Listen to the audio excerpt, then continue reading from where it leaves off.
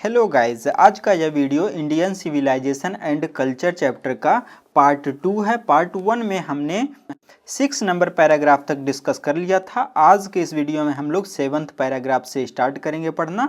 यदि आप लोगों ने वह वीडियो नहीं देखा तो पहले आपको वह वीडियो देखना चाहिए, क्योंकि उसको देखने के बाद ही यह पार्ट आपको समझ में आएगा। ठीक है, मैं डिस्क्रिप्शन में उसका लिंक दे दूंगा, आप उस वीडियो को पहले जाकर देख लीजिए पार्ट 1 वाला, उसके बाद आप पार्ट 2 को देखिए। ठीक है, तो 7th नंबर पैराग्राफ से पढ़ना हम स्टार्ट करते हैं।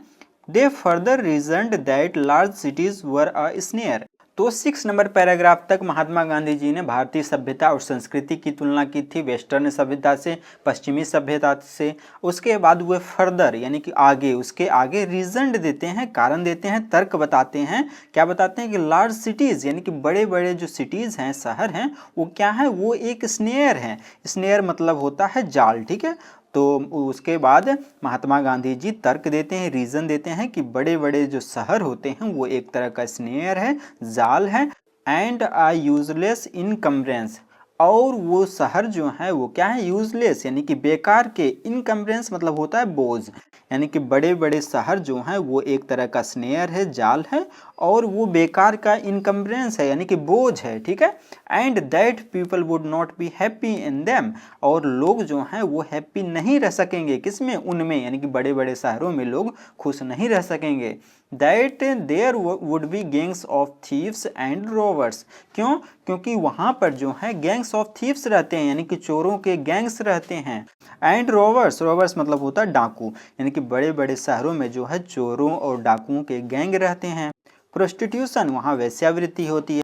And vice flourishing in them, और उनमें जो है वाइस मतलब होता है अनैतिकता, यानी कि अच्छी चीज़ें ना होना। ठीक है, और उनमें जो है अच्छी चीज़ें नहीं फ्लरिशिंग होती है, यानी कि फलती फूलती है। ठीक है, उनमें बेकार की चीज़ें हैं, वो शहर जो है एक टाइप का जाल है, वहाँ पर चोर रहते हैं, रॉबर्स डाकू रहते हैं। ठीक है, and that poor man would be robed, और वहाँ पर गरीब लोगों को रोब्ड कर लिया जाता है, यानी कि उनको लूट लिया जाता है बाय रिच मैन, यानी कि अमीर लोगों के द्वारा। ठीक है, शहरों में गरीब लोगों को रोब्ड किया जाता है, अमीर लोगों के द्वारा, उनके द्वारा ठगा जाता है, उनके द्वारा लूटा जाता है।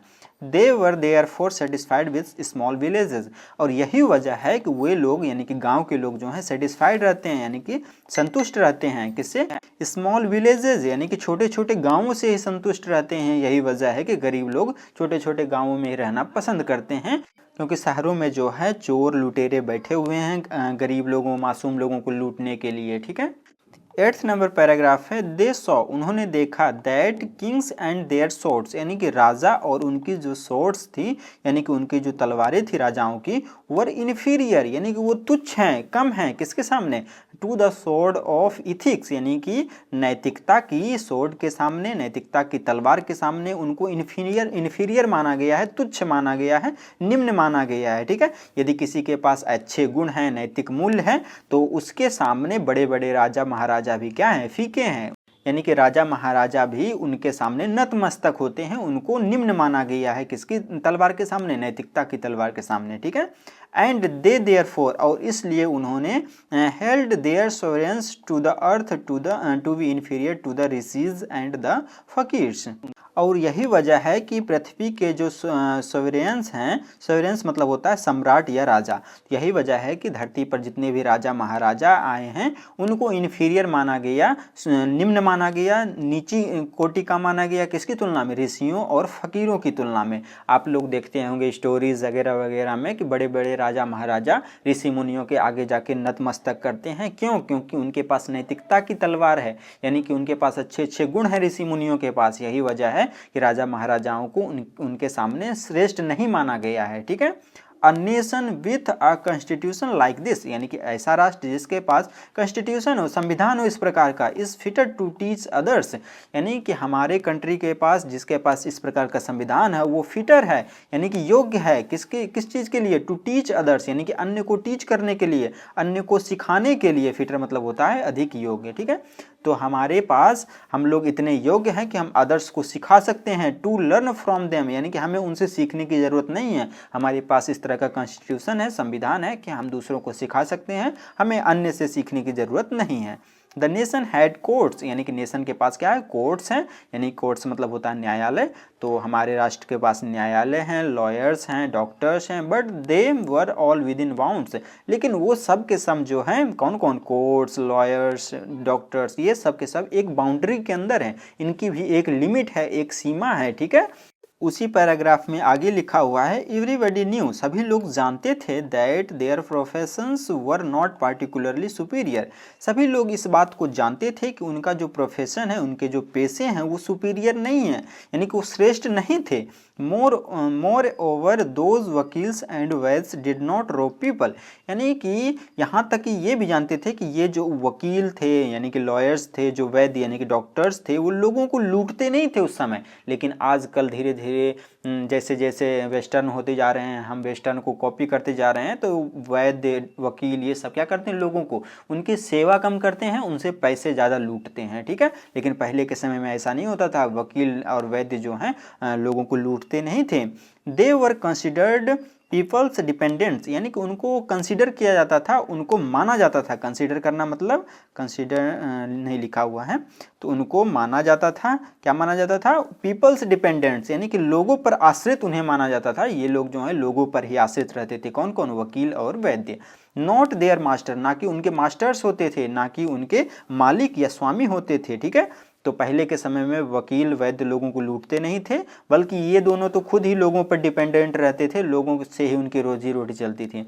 जस्टिस वाज टोलेबरेली फेयर, यानी कि न्याय जो है वो टोलेबरेली यानी कि सराहनीय रूप से या काफ़ी हद तक, तो पहले जो है न्याय, जस्टिस मतलब होता है न्याय, ठीक है।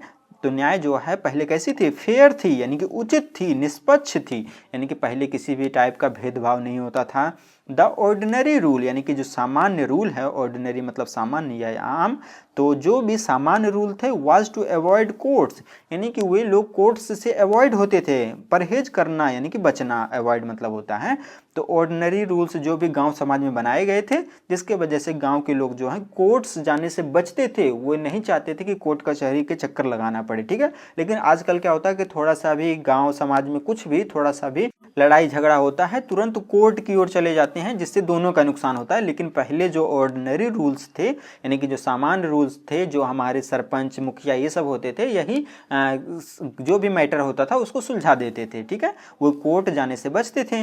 There were no touts to lure people into them, यानी कि कोई भी टाउट्स नहीं थे, कोई भी दलाल नहीं थे। टाउट्स मतलब होता है दलाल, ठीक है। ल्योर मतलब होता है फुसलाना, प्रलोभित करना। तो उनको प्रलोभित करने के लिए, ल्योर करने के लिए कोई भी दलाल नहीं थे पहले के समय में। लेकिन आजकल जो है छोटा सा मैटर भी हुआ तो उसको प्रलोभित करने के लिए, अट्रैक्ट करने के लिए वकील लोग पहुंच जाते हैं कि केस कर दो, फिर उनसे पैसे ऐंठते हैं, उनको लूटते हैं, ठीक है।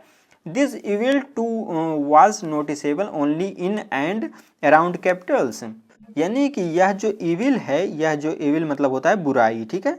तो एविल मतलब बुराई नहीं लिखा हुआ है। तो यह एविल जो है वो नोटिसेबल है, यानी कि उसको नोटिस किया जाता है, ध्यान देने योग्य है। कहाँ पर, इन अराउंड कैपिटल्स, यानी कि कहाँ कहाँ पर, कैपिटल्स में या कैपिटल्स के चारों ओर, यानी कि बड़े बड़े शहरों में ऐसा चीज़ होता है कि बड़े बड़े वकील और वैद्य जो है लोगों को लूटते हैं। ये कहाँ होता है, कैपिटल्स, बड़े बड़े शहरों में होता है या उसके आसपास होता है, गांव देहात में ऐसा नहीं होता है, ठीक है।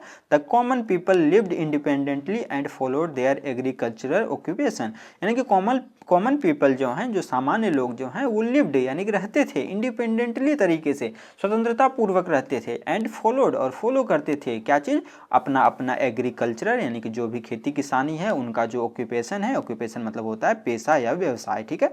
उनकी जो भी आजीविका या व्यवसाय होता था, जैसे कि एग्रीकल्चरल किसी का होता है, किस खेती किसानी, उसी को वो लोग फॉलो करते थे। कौन, सामान्य लोग, गाँव समाज के लोग।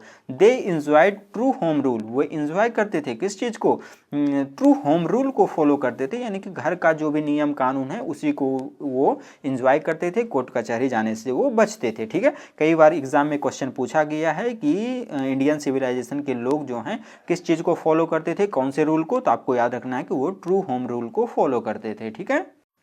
9th नंबर पैराग्राफ है, the Indian civilisation as described by me, यानी कि भारतीय सभ्यता जैसा कि मेरे द्वारा डिस्क्राइब किया गया, यानी कि वर्णन किया गया, डिस्क्राइब करना मतलब होता है वर्णन करना, has been so described by its votaries, यानी कि यहाँ के जो भी वोटरीज थे, जो भी यहाँ के अनुयायी थे, उन्होंने भी सेम वैसा ही डिस्क्राइब किया किसको, भारतीय सभ्यता को, जैसा मैंने डिस्क्राइब किया।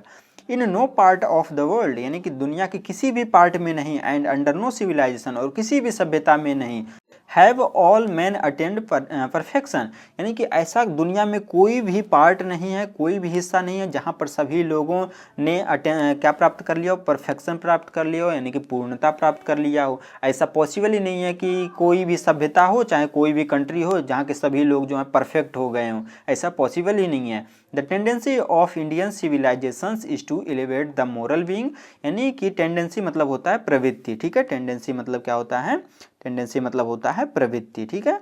तो कहा गया है कि the tendency of Indian civilisation, यानी कि भारतीय सभ्यता की जो टेंडेंसी है, प्रवृत्ति है, वो क्या चीज़ करने की है, टू एलिवेट, यानी कि एलिवेट करने की है, ऊंचा उठाने की है, बढ़ावा देने की है। किस चीज़ को, मोरल बीइंग, यानी कि नैतिक मूल्यों को, नैतिकता को, जो भी नैतिक अस्तित्व है, नैतिक जीवन है, उसको बढ़ावा देने की है भारतीय सभ्यता का मेन इंटेंशन, उनकी उसकी जो प्रवृत्ति है, ठीक है। That of the western civilisation, जबकि वेस्टर्न सिविलाइजेशन यानी कि पश्चिमी सभ्यता जो है, विदेशों की सभ्यता जो है, इज टू प्रोपोगेट इमोरलिटी, यानी कि अनैतिकता को बढ़ावा देती है। हम लोग मोरल बीइंग को फॉलो करते हैं, जबकि विदेश के लोग क्या करते हैं, अनैतिकता, यानी कि अच्छे गुण नहीं सीखते हैं, बल्कि वो चीज़ों को जुटाते हैं, उनका जो कल्चर है वो सब अच्छा नहीं है, ठीक है। द लेटर इज गॉडलेस, यानी कि ये जो बाद की सभ्यता है, जो पश्चिमी सभ्यता है, वो गॉडलेस है, उसमें भगवान नहीं है। जब भी किसी वर्ड के अंत में लेस लग जाता है तो उसके बिना का सेंस देने लगता है, ठीक है। तो बाद की सभ्यता जो है वो गॉडलेस है, उसमें भगवान नहीं है। The former is based on a belief in God, और जो फॉर्मर की सभ्यता है, फॉर्मर मतलब होता है पहले, तो जो पहले की सभ्यता है वो किस पे है, तो बिलीफ इन गॉड, यानी कि भगवान पर विश्वास करने पर टिकी हुई है। जबकि बाद की सभ्यता, आजकल की सभ्यता में लोग भगवान पर बिलीव नहीं करते हैं, लेकिन जबकि जो पहले की सभ्यता थी वो भगवान पर बिलीव करने पर टिकी हुई थी, भगवान पर वो विश्वास करते थे। So understanding and so believing, यानी कि वे लोग जो हैं वो अंडरस्टैंडिंग करते थे, समझते थे, और वो बिलीव भी करते थे। पहले की सभ्यता यानी कि हमारी सभ्यता जो है वो समझती थी और बिलीव भी करती थी गॉड पर, लेकिन बाद की सभ्यता जो है गॉडलेस है, भगवान विहीन है। इट बिहोव्स, यानी कि यह कर्तव्य होना चाहिए, बिहोव्स मतलब होता है कर्तव्य होना या उचित होना, इसलिए यह उचित होना चाहिए कि एवरी लवर ऑफ इंडिया, यानी कि भारत के जितने भी प्रेमी हैं, to cling to the Indian civilisation even as a child clings to her mother's breast, यानी कि ऐसा कर्तव्य होना चाहिए, ऐसा उचित होना चाहिए कि क्लिंग हो जाना चाहिए। क्लिंग मतलब होता है चिपकना, ठीक है।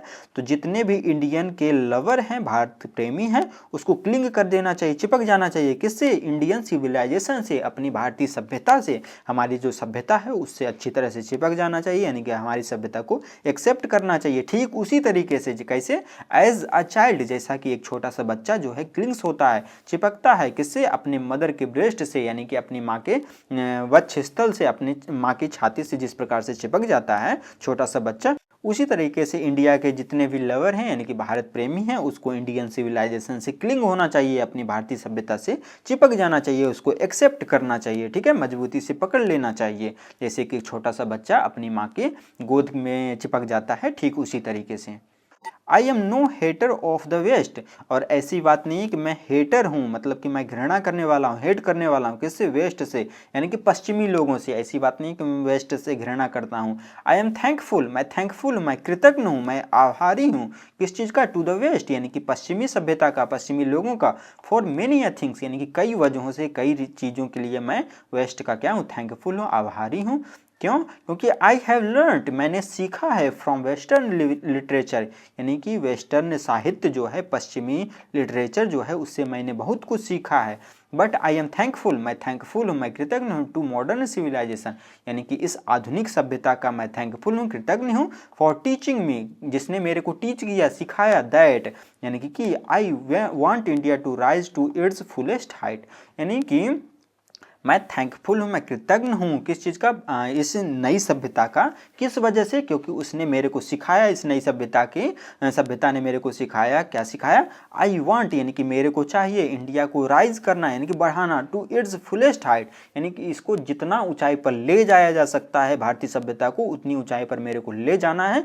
यह मेरे को किसने सिखाया, यह आधुनिक सभ्यताएं ने सिखाया कि मेरे को इंडिया को आगे की ओर ले चलना है, इसकी सभ्यता को, ठीक है, महात्मा गांधी जी ऐसा बोलते हैं। I must tell my countryman, यानी कि मेरे को यह चीज़ अवश्य कह देना चाहिए। किससे?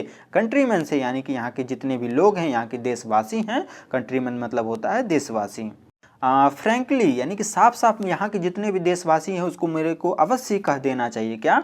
आफ्टर ईयर्स एंड ईयर्स, यानी कि सालों और सालों के एक्सपीरियंस के बाद, एक्सपीरियंस मतलब होता है अनुभव, यानी कि सालों और सालों के एक्सपीरियंस के बाद, अनुभव के बाद, किस चीज़ के? ऑफ मॉडर्न सिविलाइजेशन, यानी कि आधुनिक सभ्यता का जो एक्सपीरियंस है, अनुभव है, उसका सालों और सालों का मेरा अनुभव है, उसके अनुसार मेरे को यह अपने देशवासियों को जरूर ही कह देना चाहिए।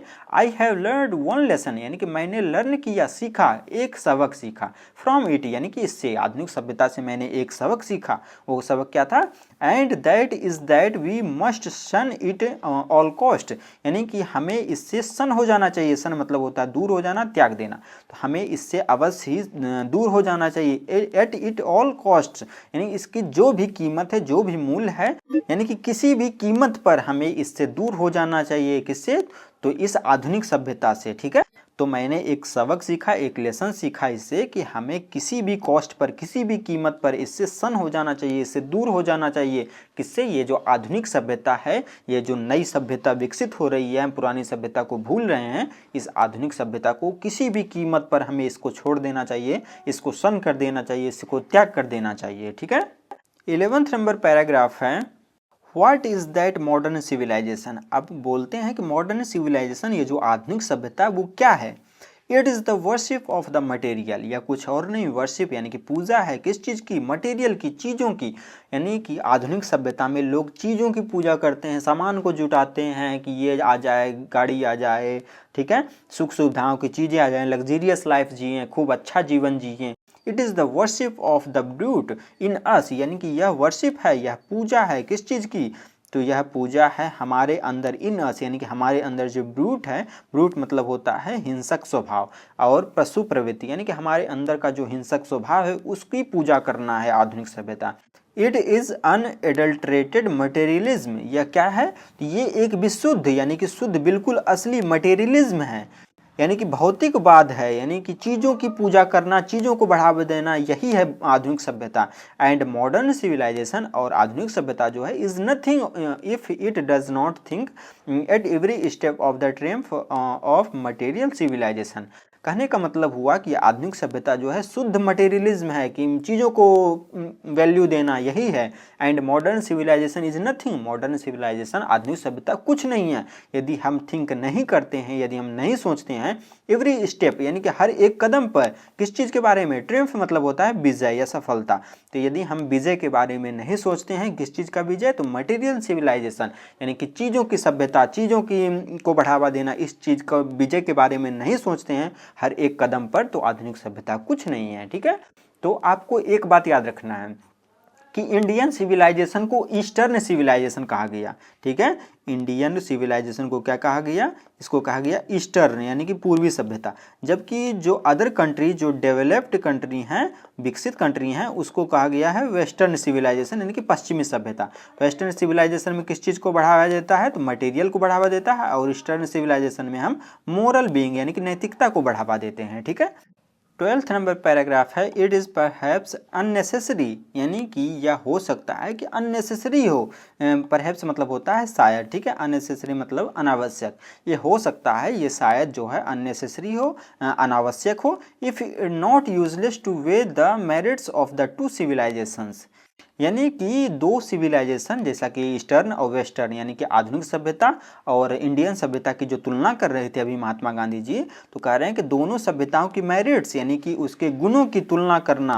मेरिट मतलब होता है गुण या विशेषता, वे मतलब तौलना या विचार करना, यूजलेस मतलब बेकार। ठीक है, तो इन दोनों सभ्यताओं के मेरिट्स, यानी कि गुणों का जो वजन करना, तौलना, इसकी तुलना करना, ये यूजलेस है, बेकार है। ये हो सकता है ये चीज़ बेकार हो, जैसा कि मैं अभी तक कर रहा हूँ, दोनों सभ्यताओं की तुलना कर रहा हूँ, ये हो सकता है कि बेकार हो। ठीक है, इट इज़ लाइकली दैट, यानी कि यह ठीक वैसा ही है या संभव है, the west has evolved a civilisation suited to its climate, यानी कि वेस्ट वालों ने, पश्चिमी लोगों ने ऐसी सभ्यता को इवॉल्व कर ली, विकसित कर ली जो यहाँ के क्लाइमेट को, इनकी जो भी जलवायु है, इनका जो क्लाइमेट है उसको वो सूट करती हो।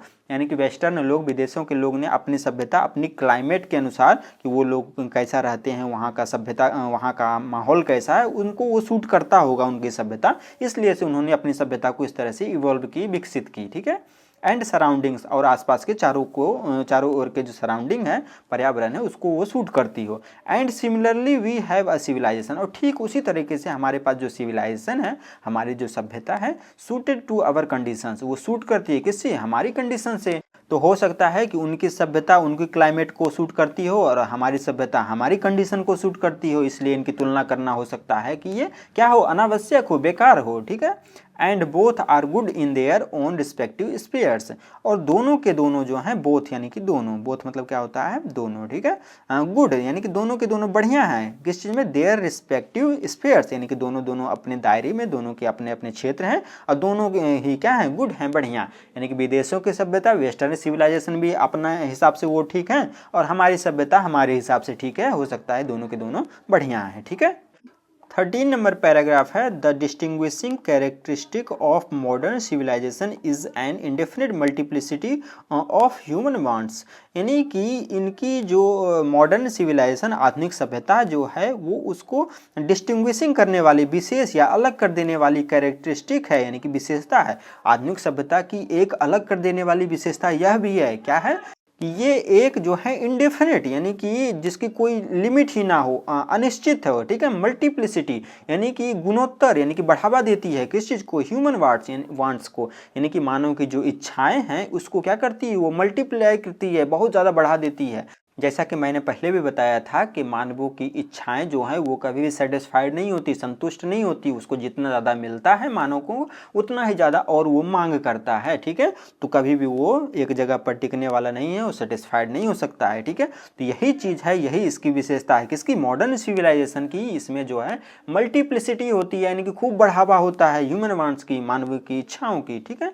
The characteristic of ancient civilisation, यानी कि एंशियंट मतलब प्राचीन, प्राचीन मतलब हमारी सभ्यता, भारतीय सभ्यता। तो भारतीय सभ्यता की विशेषता क्या है, is an imperative restriction upon, यानी कि वो क्या करती है, एक इम्पेरेटिव, इम्पेरेटिव मतलब होता है अनिवार्य या आवश्यक, तो वो एक इम्पेरेटिव रिस्ट्रिक्शन लगाती है, यानी कि आवश्यक रूप से, आवश्यक तरीके से, रेस्ट्रिक्शन मतलब होता है प्रतिबंध या सीमा। ठीक है। तो हमारी सभ्यता जो है उन इच्छाओं पर, मानवों की इच्छाओं पर रेस्ट्रिक्शन लगाती है, रोक लगाती है, जबकि वेस्टर्न सिविलाइजेशन उन चीज़ों को बढ़ावा देती है, ह्यूमन वांट्स को। ठीक है। तो यही अंतर है दोनों सभ्यताओं के बीच में, एंशिएंट सिविलाइजेशन यानी कि भारतीय सभ्यता और वेस्टर्न सिविलाइजेशन यानी कि मॉडर्न सिविलाइजेशन के बीच में। ठीक है। And strict regulating of these wants, और स्ट्रिक्ट से यानी कि सख्ती से, कठोरता से रेगुलेट करती है, विनियमित करती है, चलाती है किस चीज़ को, इन वांट्स को, इन इच्छाओं को। हमारी सभ्यता जो है एक सख्ती से पालन करती है, यानी कि इन चीज़ों को कम से कम उपयोग करें, इस चीज़ को बढ़ावा देती है हमारी एंशिएंट सिविलाइजेशन यानी कि प्राचीन सभ्यता यानी कि भारतीय सभ्यता। ठीक है। आगे है द मॉडर्न और वेस्टर्न इनसेटिएबलनेस एराइजेज, यानी कि मॉडर्न यानी कि आधुनिक या वेस्टर्न यानी कि पश्चिमी, इनसेटिएबलनेस मतलब होता है लालसा या अतृप्ति। ठीक है। इनसेटिएबलनेस मतलब होता है लालसा या इच्छा। तो ये जो है मॉडर्न सिविलाइजेशन जो है इच्छा को एराइजेस करती है, उत्पन्न करती है, रियली फ्रॉम किस चीज़ से, want of living faith in a future, यानी कि फ्यूचर में लिविंग रहने से, फ्यूचर में जीने से, कि फ्यूचर में हमारे पास हम सामान को जुटा लें, फ्यूचर में जिएंगे, फ्यूचर में काम आएगा, इन सब चीज़ों को ये क्या करती है, इस लालसा को बढ़ाती है। And therefore also in divinity, और इसी वजह से वो डिविनिटी में भी विश्वास करते हैं, ईश्वरता में भी विश्वास करते हैं। ठीक है। ईश्वर से वो प्रार्थना मन की शांति के लिए नहीं करते हैं, बल्कि चीज़ों को हमारे पास ये आ जाए, भगवान वो आ जाए, इस वजह से वो डिविनिटी यानी कि ईश्वरीय शक्ति में विश्वास करते हैं कि फ्यूचर में हमारे ये चीज़ आ जाए। ठीक है। फ्यूचर के लिए वो मॉडर्न सिविलाइजेशन भगवान से प्रार्थना करती है, डिविनिटी में विश्वास करती है और लालसा को बढ़ाती है। ठीक है। ठीक इसके opposite the restraint of ancient और ईस्टर्न सिविलाइजेशन, यानी कि प्राचीन या पूर्वी सभ्यता। देखिए, जब भी आपको एंशियंट या ईस्टर्न बोलेगा तो आपको समझ के चलना कि हमारी सभ्यता की बात की गई है, और जब भी आपको मॉडर्न या वेस्टर्न सिविलाइजेशन बोलेगा तो समझ के चलना आपको विदेशों की सभ्यता की बात की गई है, वैसे कंट्रीज जो डेवलप्ड हो चुके हैं, विकसित हो चुके हैं। ठीक है, तो द रिस्ट्रेंट मतलब होता है संयम या नियंत्रण। तो जो भी नियंत्रण है किस चीज़ का, ईस्टर्न सिविलाइजेशन यानी कि पूर्वी सभ्यता यानी कि हमारी सभ्यता, arises from a belief often in spite of ourselves in a future state and the existence of a divine power। यानी कि जो रिस्ट्रेंट है, संयम जो है हमारी सभ्यता की, वो खुद के होने के बावजूद, इन स्पाइट मतलब होता है के बावजूद। ठीक है, तो खुद के होने के बावजूद भी उस पर विश्वास करती है, भगवान पर विश्वास करती है। ठीक है, और इसी वजह से वो डिवाइन पावर में भी बिलीव करती है और उसके एग्जिस्टेंस यानी कि उसकी अस्तित्व में भी वो बिलीव करती है। डिवाइन पावर मतलब होता है दैवी शक्ति। ठीक है, तो हम खुद मौजूद हैं दुनिया में, हमारे पास भले ही सब कुछ है, फिर भी हम लोग क्या करते हैं, भगवान पर विश्वास करते हैं। ये कौन बढ़ावा देता है, तो हमारी ईस्टर्न सिविलाइजेशन यानी कि पूर्वी सभ्यता, पहले की सभ्यता यानी कि भारतीय सभ्यता जो है। ठीक है, तो मॉडर्न सिविलाइजेशन में लोग जो हैं वो चीज़ों के लिए भगवान पर विश्वास करते हैं, जबकि ईस्टर्न सिविलाइजेशन यानी कि हमारी जो सभ्यता है वो हम हैं इस दुनिया में, फिर भी हम लोग डिवाइन पावर पर बिलीव करते हैं, उनके अस्तित्व पर बिलीव करते हैं। भले ही फ्यूचर स्टेट में हम जीवित रहें ना रहें, फिर भी हम लोग इस चीज़ पर बिलीव करते हैं। ठीक है, 14 नंबर पैराग्राफ है, some of the immediate and brilliant results of modern inventions are too maddening to resist. Some of मतलब कुछ, इमीडिएट मतलब होता है तत्कालिक या शीघ्र, एंड ब्रिलियंट रिजल्ट यानी कि बहुत ज़्यादा प्रभावशाली रिजल्ट हैं, परिणाम हैं किस चीज़ के, मॉडर्न सिविल इन्वेंशंस के, यानी कि आधुनिक समय में जो खोजें हुई हैं उसके कुछ इतने ज़्यादा प्रभावशाली रिजल्ट हैं, उसके प्रभाव हैं। यानी कि मैडनिंग मतलब होता है पागल कर देने वाला, रेसिस्ट मतलब विरोध करना। ठीक है, तो ये इतने ज़्यादा मैडनिंग हैं, आधुनिक इन्वेंशन जो हुए हैं, आजकल जो नई नई खोजें हुई हैं, ये इतने ज़्यादा पागल कर देने वाले हैं कि इनको रेसिस्ट कर पाना बहुत ज़्यादा मुश्किल हो जाता है, इनका विरोध कर पाना बहुत ज़्यादा मुश्किल हो जाता है। ठीक है, जैसे कि हमें कुछ चीज़ की लत पड़ गई, मोबाइल की लत लग गई, तो इसका प्रभाव इतना ज़्यादा हमारे माइंड पर, हमारे शरीर पर पड़ जाता है कि इसके बिना हम रह ही नहीं पाते, इसका विरोध हम कर ही नहीं पाते, मोबाइल के बिना रह ही नहीं पाते हैं। ठीक है, but I have no manner of doubt, लेकिन मेरे पास किसी भी तरीके का, मैनर मतलब तरीका, मेरे पास किसी भी तरीके का संदेह नहीं है, that the victory of man lies in the resistance, कि आदमी का जो विक्ट्री है, विक्ट्री मतलब होता है विजय या जीत, तो आदमी का जो विजय है, जो जीत है, वो लाइज करती है, निहित है, लाइज मतलब निहित होना, किस चीज़ में, तो रेजिस्टेंस में, प्रतिरोध में, विरोध में, इन सब चीज़ों के विरोध में ही मानव का विक्ट्री है, विजय है। यदि हम इन चीज़ों का विरोध नहीं किए जो सुख सुविधाएं दे रही हैं, तो हम विजय नहीं प्राप्त कर पाएंगे। ठीक है, मेरे को इस चीज़ को कहने में कोई भी डाउट नहीं है, संदेह नहीं है। वी आर इन डेंजर, हम डेंजर में हैं, हम खतरे में, हम जोखिम में हैं। क्यों? क्योंकि of bartering away the permanent good for a momentary pleasure, यानी कि हम क्या करते हैं, हम बैटरिंग कर रहे हैं, यानी कि अदला बदली कर रहे हैं किस चीज़ को, परमानेंट गुड, यानी कि जो अच्छी चीज़ है, जो स्थायी है, सदा रहने वाला चीज़ है, जो कल्याणकारी चीज़ है, उसका अदला बदली कर देते हैं किससे, मोमेंट्री प्लीजर, यानी कि जो मोमेंट के लिए सुख देता है, क्षणिक सुख देता है, अल्पकालिक प्लीजर देता है, सुख देता है, उससे हम बदला बदली कर रहे हैं। ठीक है, जो हमारा परमानेंट चीज़ है, जैसे कि हम योग, इन सब चीज़ों, ध्यान, इन सब में बिलीव करते हैं, लेकिन उसको हम ना एक्सेप्ट करके जो क्षणिक सुख देते हैं, जो चीज़ें हमें प्राप्त होती हैं, उनको एक्सेप्ट कर रहे हैं, यानी कि हम चीज़ों को क्या कर रहे हैं, अदला बदली कर रहे हैं, परमानेंट चीज़ को छोड़ रहे हैं और जो क्षणिक सुख देता है उसको हम एक्सेप्ट कर रहे हैं। 15 नंबर पैराग्राफ है, just as in the west they have made wonderful discoveries in things material, similarly Hinduism has made still more marvelous discoveries in things of religion of the spirit of the soul।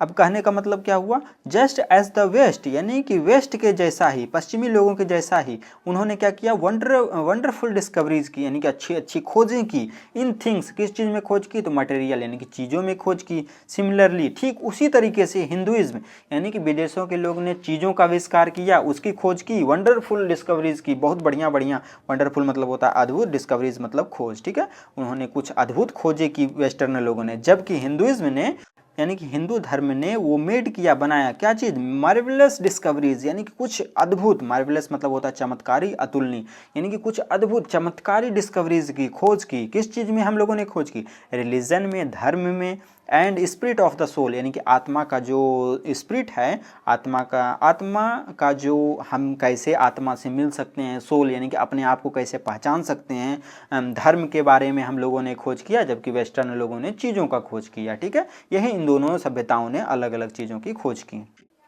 16 number paragraph है, what we have no आई, लेकिन हमारे पास आंखें नहीं हैं, किस चीज़ के लिए, for these great and fine discovery, यानी कि ये जो बढ़िया और महान डिस्कवरीज हैं, खोज हैं, हम लोगों ने धर्म की खोज की, आत्मा, ध्यान, योग, इन सब की खोज की, इन सब को देखने के लिए हमारे पास आंखें ही नहीं है। हम तो चीज़ों को देख रहे हैं कि विदेश के लोग ये बना रहे हैं, उन सब चीज़ों में ही एकदम उलझे हुए हैं। हम अपनी जो हमने खोज किया है उस चीज़ को हम देखने के लिए हमारे पास आंखें ही नहीं है।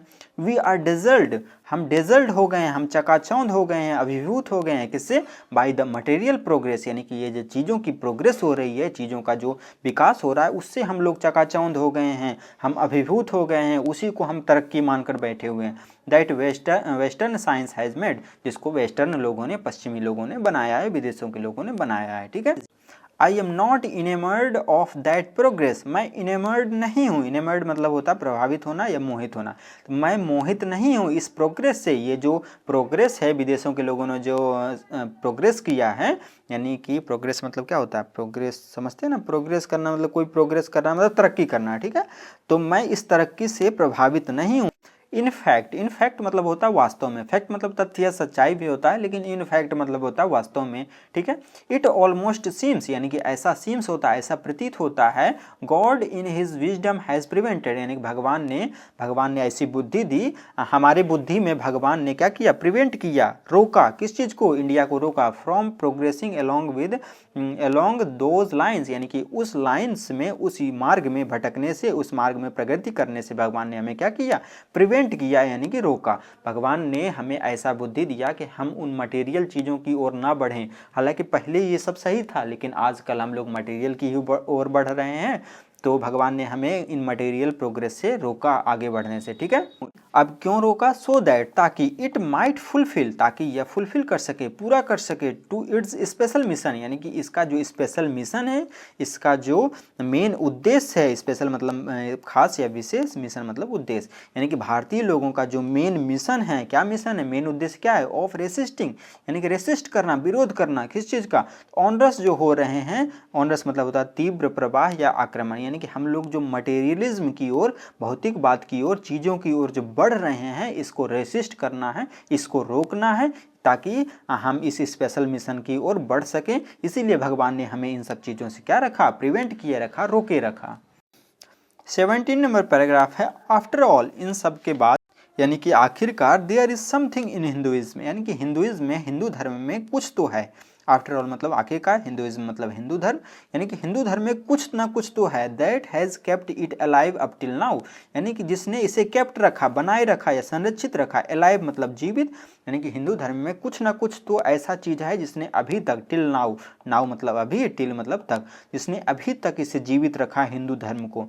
इट हैज़ विटनेस्ड, यानी कि यह विटनेस्ड है, या साक्षी है, या गवाह है, किस चीज़ का, द फॉल ऑफ बेबीलोनियन, यानी कि बेबीलोनियन का जो सभ्यता था, उसके फॉल का, उसका जो पतन हुआ किस तरीके से, उसका गवाह है हमारी सभ्यता। हमारी सभ्यता ने देखा कि बेबीलोनियन सभ्यता किस तरह से खत्म हो गई, नष्ट हो गई, उसका विटनेस है, गवाह है। उसकी सभ्यता को नष्ट होते हुए देखा, लेकिन हमारी सभ्यता नष्ट नहीं हुई। इसका मतलब हिंदुइज्म में, हिंदू धर्म में कुछ ना कुछ तो है। और कौन कौन सी सभ्यताओं को नष्ट होते हुए देखा, तो सीरियन सभ्यता को नष्ट होते हुए देखा, पार्सियन सभ्यता को, इजिप्शियन सभ्यता को, इन सभी सभ्यताओं को उसने अपनी आंखों के सामने हिंदू धर्म में ने देखा, लेकिन हमारी सभ्यता फिर भी खड़ी रही, अडिग रही, यही इसकी खासियत है। ठीक है, कास्ट अ लुक, यानी कि कास्ट करो, देखो, नज़र डालो, कास्ट मतलब होता है नज़र डालना या डालना है फेंकना। ठीक है, तो नज़र डालो, लुक मतलब होता है देखना, तो नज़र डालो अराउंड यू, अराउंड मतलब होता है चारों ओर, अराउंड मतलब चारों ओर, तो अपने चारों ओर तुम नज़र दौड़ाओ। वेयर इज रोम, रोम कहाँ है अब वेयर इज ग्रीस, ग्रीस कहाँ है अब, ना तो रोम बची है, ना तो ग्रीस बची है, इनकी सभ्यताएं नष्ट हो चुकी हैं, इनका आधुनिकीकरण हो चुका है, ये सब मॉडर्न हो गए हैं। ठीक है, कैन यू फाइंड टुडे, क्या तुम उन्हें फाइंड कर सकते हो, क्या तुम उन्हें खोज सकते हो एनीवेयर यानी कि कहीं भी। द इटली ऑफ गिवन यानी कि इटली का जो गिवन था यानी कि इतिहासकार जो था वो कहाँ है अब दुनिया में, और रेदर द एंशियंट रोम, और वो प्राचीन रोम भी कहाँ है, for Rome was Italy,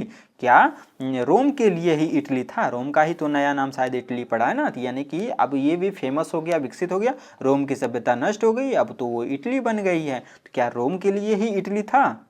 18 number paragraph है, गो टू ग्रीस यानी कि ग्रीस जाओ। Where is the world famous Attic civilisation यानी कि ग्रीस में जो वर्ल्ड फेमस पूरी दुनिया में एटिक सिविलाइजेशन थी, एटिक सभ्यता थी, अब वो कहाँ है। तो क्वेश्चन कई बार पूछा गया है कि एटिक सिविलाइजेशन किस देश से बिलोंग करता था, तो ग्रीस से बिलोंग करता था, ठीक है। तो अब जो एटिक सिविलाइजेशन जो पूरे वर्ल्ड में फेमस थी, अब वो कहाँ बची है। देन कमिंग टू इंडिया, और तब तुम कहाँ आओ, इंडिया आओ। Let one go through the most ancient records यानी कि क्या करो, गो थ्रू करो यानी कि नज़र डालो किस चीज़ पर, मोस्ट एंशियंट यानी कि सबसे ज़्यादा प्राचीन जो रिकॉर्ड्स हैं, जो भी अभिलेख हैं, जो भी दस्तावेज हैं, उस पर क्या करो तुम नज़र डालो, ठीक है। And then look around you, और तुम अपने आसपास चारों ओर क्या करो, अराउंड मतलब चारों ओर लुक करो, देखो। And you would be constrained, और तुम कंस्ट्रेंड हो जाओगे यानी कि मजबूर हो जाओगे, विवश हो जाओगे, टू से यानी कि कहने के लिए, yes I see here ancient India still living. और जब तुम पुराने से पुराने दस्तावेज को, पुराने से पुराने रिकॉर्ड्स को तुम देखोगे, रिकॉर्ड्स को देखोगे, तब तुम पाओगे, और यहाँ आसपास के लोगों को देखोगे, यहाँ के समाज को, यहाँ की सभ्यता को देखोगे, तो तुम कहोगे कि हाँ अभी भी यहाँ पर एंशियंट इंडिया यानी कि प्राचीन भारत जो है अभी भी लिविंग करती है, अभी भी जीवित है, अभी भी सक्रिय है, ठीक है। एटिक सिविलाइजेशन खत्म हो गई, बाकी सब सभ्यताएं नष्ट हो गई, लेकिन तुम इंडिया आओ और इंडिया के रिकॉर्ड्स जो भी पुराने पुराने हमारे वेद पुराण ये सब देखो, और यहाँ के लोगों को देखो, यहाँ की सभ्यता को देखो, तुम पाओगे कि इंडिया अभी भी क्या है, अभी भी जीवित है, स्टिल लिविंग है, ठीक है। 19 नंबर पैराग्राफ है, ट्रू यानी कि यह सच है, there were dung heaps to here and there, ये बात भी सच है कि यहाँ पर आपको हियर एंड देयर यानी कि यहाँ और वहाँ क्या मिलेंगे, डंग हीप्स मिलेंगे। डंग हीप्स मतलब होता है गोबर के ढेर, यानी कि यहाँ पर आपको जगह जगह पर गोबर के ढेर मिलेंगे। But there are rich treasures buried under them, लेकिन उसमें जो है रिच ट्रीजर्स यानी कि बहुत सारा, ट्रीजर्स मतलब होता है खजाना, लेकिन उसके अंदर जो है रिच ट्रीजर्स यानी कि बहुत ज़्यादा खजाना बरीड किया हुआ है, दफनाया हुआ है, अंडर देम उसके नीचे, उन गोबरों के ढेर के नीचे एक खजाना भी है। अब वो खजाना सोने चांदी वाला खजाना नहीं, बल्कि ये पृथ्वी यानी कि ये धरती रूपी खजाना है, जिसमें किसान लोग मेहनत करते हैं, फसल उपजाते हैं, उस टाइप का खजाना उस गोबर के नीचे ही है इंडिया में। And the reason why it has survived is that, और यही रीज़न है, यही कारण है इसके सर्वाइव्ड होने का, इसके बचे रहने का, इंडिया के बचे रहने का यही रीज़न है।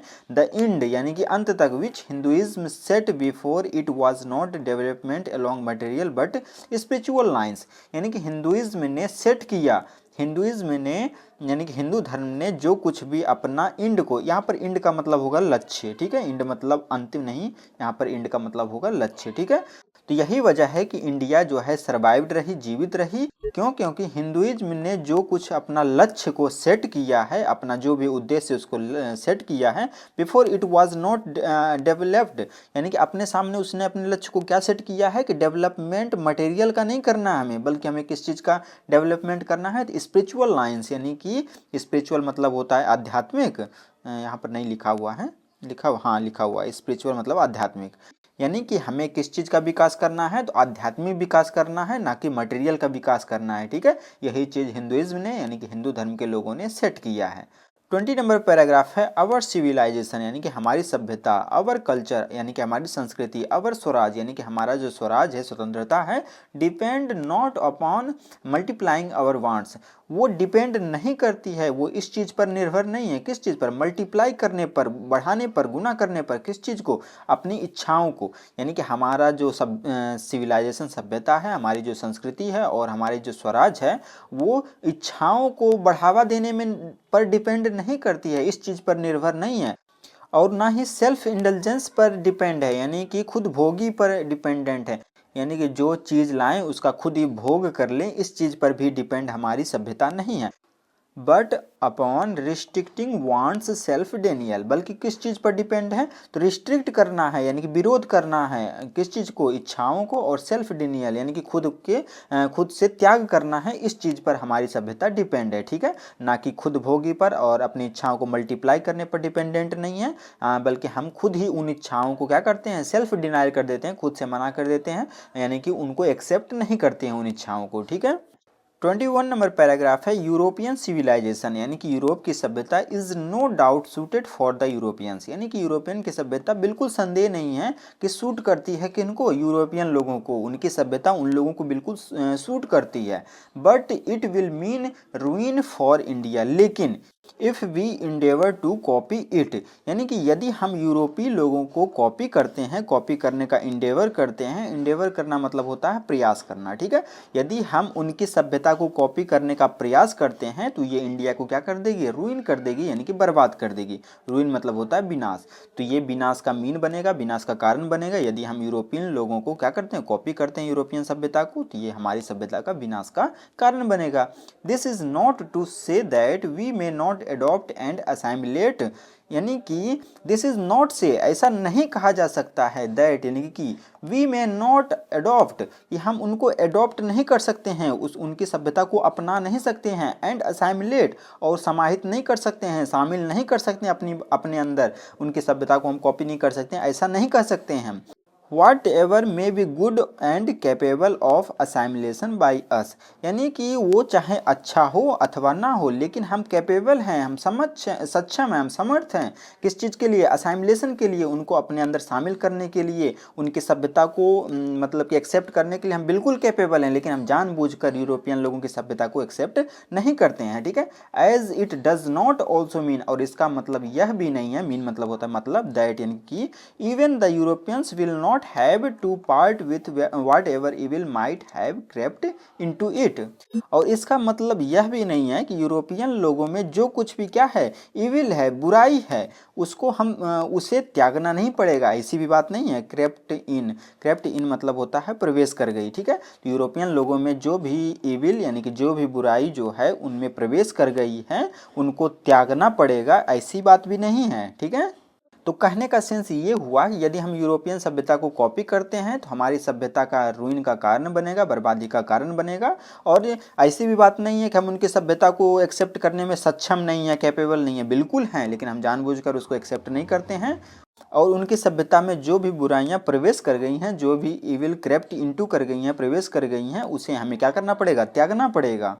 22 नंबर पैराग्राफ है, the incessant search for material comforts and their multiplication is such an evil, यानी कि इंसेंट मतलब होता है निरंतर या लगातार, तो ये लगातार जो खोज हो रही है किस चीज़ की, मटेरियल कंफर्ट्स यानी कि भौतिक सुख सुविधाओं की, जो हमें कंफर्ट प्राप्त करती हैं, आराम महसूस कराती हैं, उन चीज़ों की जो लगातार सर्च हो रही है, खोज हो रही है, और उनका जो मल्टीप्लिकेशन हो रहा है यानी कि लगातार जो वृद्धि हो रही है, इस सच वह इस प्रकार की इविल है, इस प्रकार की बुराई है, इस तरह की and I make bold to say, ये जो है मेरे को बोल्ड कर देता है यानी कि निर्भीक कर देता है, साहसपूर्वक कहने के लिए मेरे को विवश कर देता है, दैट यानी कि the Europeans themselves will have to remodel their outlook, कि यूरोपियन लोगों को स्वयं का, यूरोपियन को देमसेल्फ्स का यानी कि खुद का क्या करना चाहिए, रीमॉडल करना चाहिए, यानी कि पुनः निर्माण करना चाहिए, किस चीज़ का, देयर आउटलुक यानी कि उनकी नज़रिया का, उनके दृष्टिकोण का, यानी कि यूरोपियन लोगों ने जो फिजिकल कंफर्ट को, शारीरिक सुख सुविधा वाली चीज़ों को जो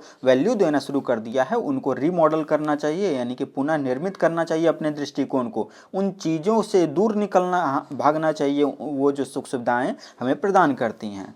If they are not perish under the way of the comforts to which they are becoming slaves, यदि वे नॉट पेरिस यानी कि यदि वे पेरिस नहीं होना चाहते हैं, पेरिस होना मतलब नष्ट होना, ठीक है, यदि वे नष्ट नहीं होना चाहते, अंडर द वे यानी कि इस वजन के नीचे, किस चीज़ के, कंफर्ट्स यानी कि सुख सुविधाओं का जो ये वजन है, यानी कि जो हमें सुख सुविधाएं दे रही हैं, इसके बोझ तले यदि वे नष्ट नहीं होना चाहते यूरोपियन लोग, तो to which they are becoming slaves, जो कि उन्हें क्या बना रही हैं, स्लेव्स बना रही हैं, गुलाम बना रही हैं वो चीज़ें, यदि उनके नीचे वो दबकर मरना नहीं चाहते, नष्ट नहीं होना चाहते, तो उन्हें अपने नज़रिया को क्या करना पड़ेगा, चेंज करना पड़ेगा, उनके आउटलुक को, उनके नज़रिए को रीमॉडल करना पड़ेगा, यानी कि नज़रिए को बदलना पड़ेगा। ठीक है, इट मे बी दैट, यानी कि ऐसा हो सकता है कि माई रीडिंग इज रॉन्ग, कि मेरा ऐसा पढ़ना, मेरा यह बोलना जो है क्या हो, गलत हो। मैं ये ऐसा जो बुराइयां कर रहा हूँ यूरोपियन सभ्यता की, हो सकता है कि मेरा ऐसा बोलना गलत हो, मेरा ऐसा पढ़ना गलत हो। बट आई नो, लेकिन मैं जानता हूँ, दैट यानी कि for India to run after the gold fleece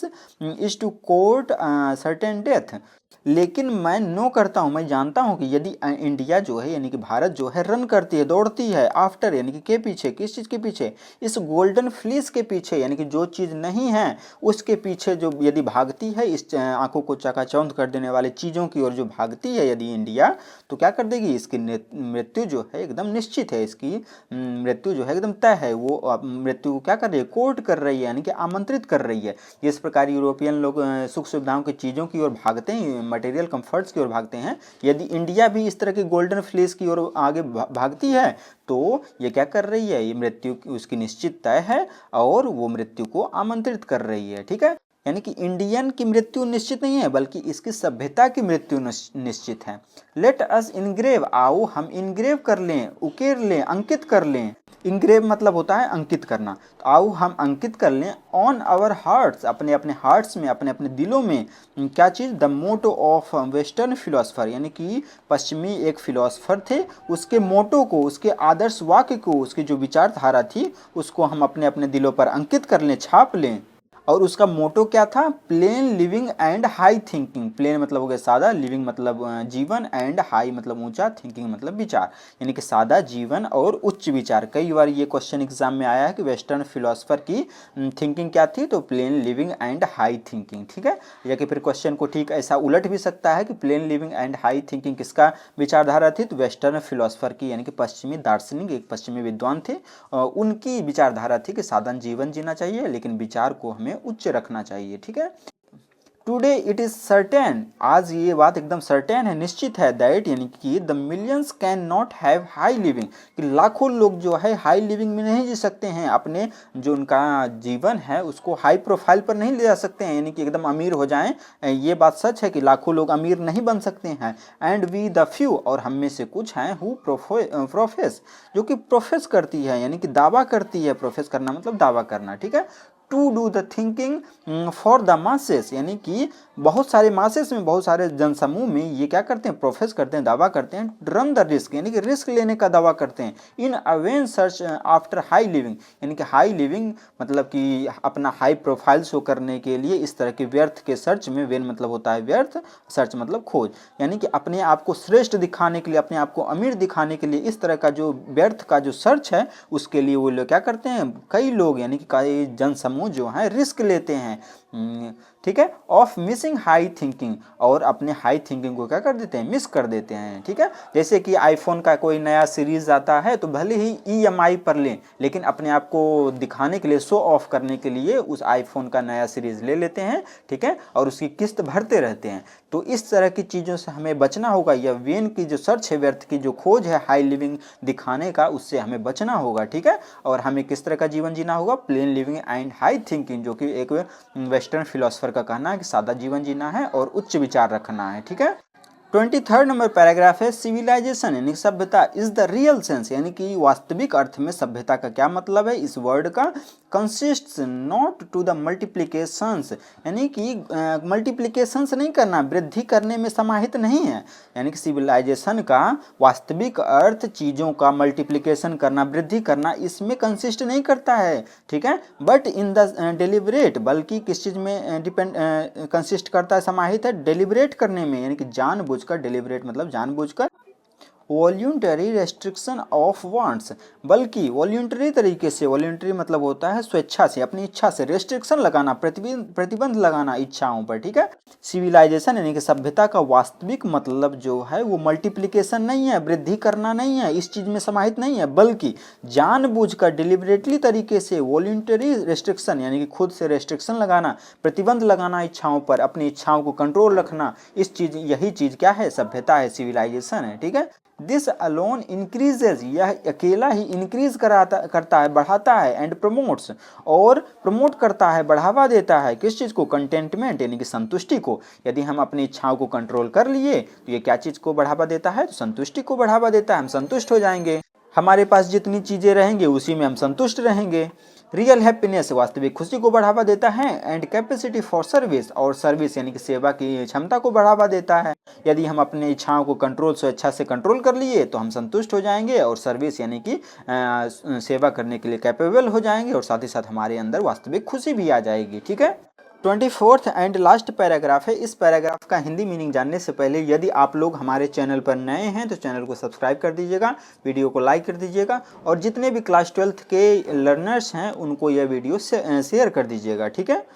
a certain degree of physical harmony, यानी कि एक सर्टेन डिग्री तक, एक निश्चित स्तर तक, एक निश्चित पॉइंट तक फिजिकल यानी कि शारीरिक, हार्मोनी मतलब सामंजस्य, तो एक निश्चित पॉइंट तक, एक निश्चित डिग्री तक शारीरिक सामंजस्य और कंफर्ट यानी कि आराम, वो क्या है, नेसेसरी है, ज़रूरी है। एक निश्चित हद तक ये सब चीज़ें ज़रूरी है कि शरीर को सुख सुविधाएं, लेकिन यदि आप इनके ज़्यादा आदी हो गए, इनके लत लग गई, but above a certain level यानी कि एक सर्टेन लेवल से यदि ज़्यादा इन चीज़ों की आपको लत लग गई, कंफर्ट वाली चीज़ों की, तो इट बिकम्स, ये बन जाएंगे, क्या बन जाएंगे, अ हिंड्रेंस, यानी कि एक हिंड्रेंस बन जाएंगे, एक बाधा बन जाएंगे। इंस्टीड ऑफ हेल्प, यानी कि ये चीज़ें जो है हेल्प करने के बजाय हमारे लिए क्या बन जाएंगे, हिंड्रेंस बन जाएंगे, बाधा बन जाएंगे, यदि हम फिजिकल कंफर्ट वाली चीज़ों का ज़्यादा उपयोग करेंगे तो। Therefore, इसलिए the ideal of creating an unlimited number of wants, यानी कि अनलिमिटेड संख्या में वांट्स यानी कि इच्छाओं को, एंड सेटिस्फाई और उनको संतुष्ट करने का ये जो आइडियल है, आदर्श जो है, ये कैसा सीम होता है, कैसा प्रतीत होता है, टू बी अ डिल्यूजन, यानी कि एक तरह का डिल्यूजन प्रतीत होता है। डिल्यूजन मतलब होता है भ्रांति। ठीक है। और कैसा प्रतीत होता है, एक जाल की तरह प्रतीत होता है, यानी कि हम अनलिमिटेड इच्छाओं को जो क्रिएट करते हैं, बनाते हैं, ये एक तरह का डिल्यूजन है और एक तरह का स्नेयर है, यानी कि एक तरह का भ्रांति है और ये एक तरह का जाल है। ठीक है। द सेटिस्फैक्शन यानी कि संतुष्टि ऑफ वंस फिजिकल नीड्स, यानी कि खुद के फिजिकल यानी कि शारीरिक नीड्स, जरूरतों का सेटिस्फैक्शन यानी कि संतुष्टि, even the intellectual needs of one's narrow self, यहाँ तक कि इंटेलेक्चुअल मतलब होता है बौद्धिक। ठीक है। नैरो मतलब संकीर्ण, यानी कि यहाँ तक कि इंटेलेक्चुअल नीड्स यानी कि बौद्धिक नीड्स जो हैं, यानी कि हमारे मन की जो नीड्स हैं, ज़रूरत है, वो क्या कर देती है, वो वंस नैरो सेल्फ, खुद को संकीर्ण बना देती है। यदि हम बौद्धिक जरूरतों के पीछे भागेंगे तो हम खुद को क्या कर देंगे, नैरो बना देंगे, खुद को संकीर्ण कर देंगे। ठीक है।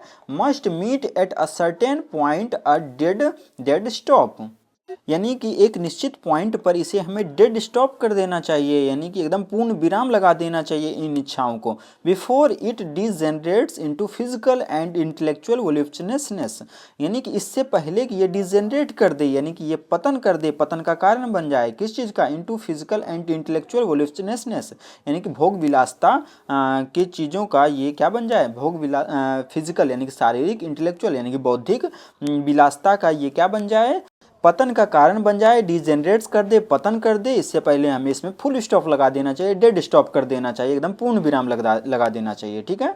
अ मैन मस्ट अरेंज, यानी कि एक व्यक्ति को निश्चित ही अरेंज करना चाहिए, व्यवस्थित करना चाहिए, किस चीज़ को, तो his physical and cultural circumstances, यानी कि अपना फिजिकल यानी कि शारीरिक और कल्चरल यानी कि सांस्कृतिक सर्कमस्टांसेस को, यानी कि परिस्थितियों को, सर्कमस्टांसेस मतलब होता है परिस्थितियां, तो एक व्यक्ति को अपना जो भी उसका शारीरिक और सांस्कृतिक परिस्थितियां हैं उसको अरेंज करना चाहिए, व्यवस्थित करना चाहिए, सो दैट, ताकि दे डू नॉट हिंडर, ताकि वो बाधा ना बन सकें, हिम यानी कि उसमें, in his service of humanity, यानी कि मानवता का जो सेवा है उसके लिए वो बाधा ना बन सके। इसलिए व्यक्ति को शारीरिक और सांस्कृतिक परिस्थितियों को अरेंज करके रखना चाहिए, व्यवस्थित करके रखना चाहिए, ऑन विच, जिस पर, all his energy should be concentrated, यानी कि जिस पर सभी उसकी जो भी एनर्जी है, उसकी जो भी ऊर्जा है वो कंसंट्रेटेड रहना चाहिए, यानी कि केंद्रित रहना चाहिए, यानी कि यदि वो शारीरिक और सांस्कृतिक परिस्थितियां बना के रखता है तो वो ह्यूमैनिटी की सर्विस के लिए बाधा नहीं बनेगा, मानवता की सेवा में वो बाधा नहीं बनेगा,